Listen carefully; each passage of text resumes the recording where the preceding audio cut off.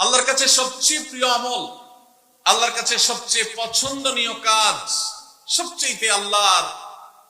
ভালোবাসার কাজ বান্দার, সেই কাজ, যেই ভালো কাজ, যেই ইবাদত, যে আমল বান্দা নিয়মিত করে, পরিমাণে সেটা অল্প হলে হোক, পরিমাণে অল্প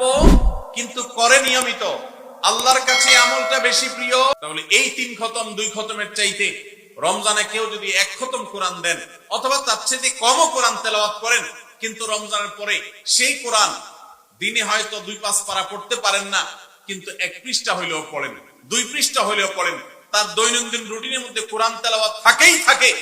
আল্লাহর কাছে ওই 3 খতম দেওয়া কোরআন তেলাওয়াতকারীর চাইতে মাত্র 10 পারা কোরআন তেলাওয়াত করেছেন যিনি রমজানে, কিন্তু রমজানের পরেও সেটাকে ধরে রেখেছেন, পরিমাণে অল্প হলেও আল্লাহর কাছে এই দ্বিতীয় ব্যক্তি অনেক বেশি শ্রেয় এবং প্রিয়।